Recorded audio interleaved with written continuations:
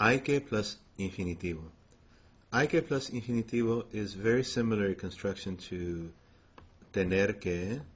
Here they wrote tiene que, but the dictionary form would be tener que plus infinitivo.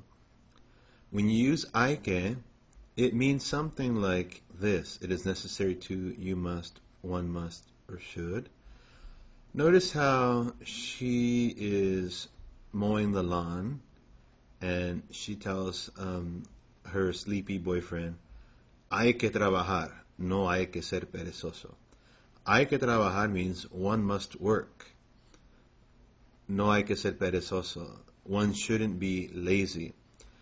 This is a roundabout way of reminding people about their obligations sometimes. Sometimes it's also what's called in English a general you.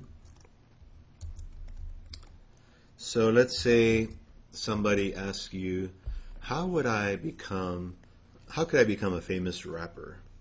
Okay, well, you might say, hay que ensayar mucho. Okay. Ensayar is practice, as in for music or for a play. Hay que escribir buenas letras. And letras, remember, those are lyrics. So you have to write good lyrics. Hay que tener mucho street cred. Kind of kidding there.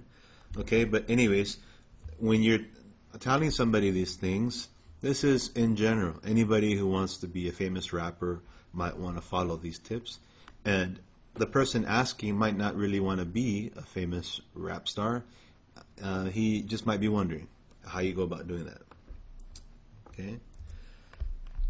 So then hay que is also, well, if we look at that versus tienes que. Okay. Let's say that you and your bros, you have a massive party, and the day after you're cleaning up, and well, you're thinking about cleaning up, and you're looking at the mess. There are pizza boxes everywhere. There are bottles, empty bottles of water, of course, water everywhere, and you don't want to tell your bro, you got to do this. Tienes que limpiar el apartamento. And he doesn't want to tell you that either. So you just stand around and nod and you're like, yeah, está sucio. Hay que limpiar el apartamento. And you nod and you say, sí, hay que limpiar el apartamento. And you both nod and, bueno, hasta luego. Hasta luego, yeah, see you later. So it's something like, somebody ought to clean up this apartment. It's a mess. Yeah, somebody ought to do it. But not me. Not you either. I'm just putting that out there. Hay que limpiar. Okay. So it could be a suggestion, hay que, and it could be a way of saying a general you. So here, she's obviously a little upset. She's not getting any help here. So she doesn't have to say hay que. She could say tienes que. Okay. Now, let me tell you one more thing. Now that you've had hay que and tener que, you might be tempted to always write que after either of these words. Okay. So if I ask you, how many windows are there in the classroom? Hay que dos ventanas.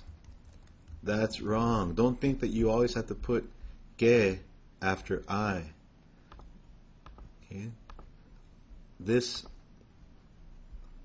other expression has a different meaning. Hay que limpiar, one has to. Here, this just means there are two windows. Okay, so same thing with tener. Don't say tengo que dos perros. Oh my gosh. Don't say that. Tengo dos perros. Okay.